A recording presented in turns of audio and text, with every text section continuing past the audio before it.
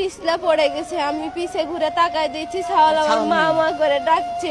মায়ের সঙ্গে খেলতে খেলতে হঠাৎ করে গভীর নলকূপের প্রায় 50 ফুট নিচে আটকে গেছে মাত্র 2 বছরের শিশু সাজিদ। সাথে সাথেই ঘটনাস্থলে ছুটে আসেন এলাকাবাসী। আতঙ্ক ছড়িয়ে পড়ে পুরো এলাকায়। 10 ডিসেম্বর রাজশাহীর তানোর উপজেলার কোয়েলহাট গ্রামে এই মর্মান্তিক দুর্ঘটনা ঘটে।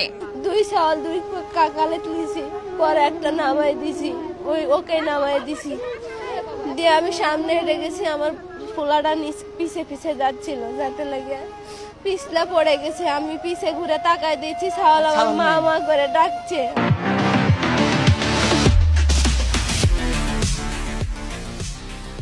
আমি পিছে ঘুরে তাকায় দেখছি ছাওয়াল নাই, গর্তে থেকে মা মা করে ডাকছে।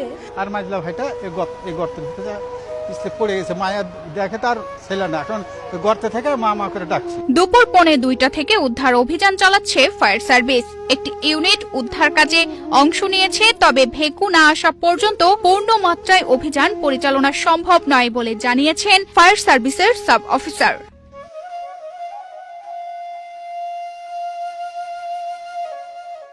খবর পাই আমরা জনবল নিয়ে টানা উঠলে আমরা আসি, এখানে ঘটনাস্থলে আসি।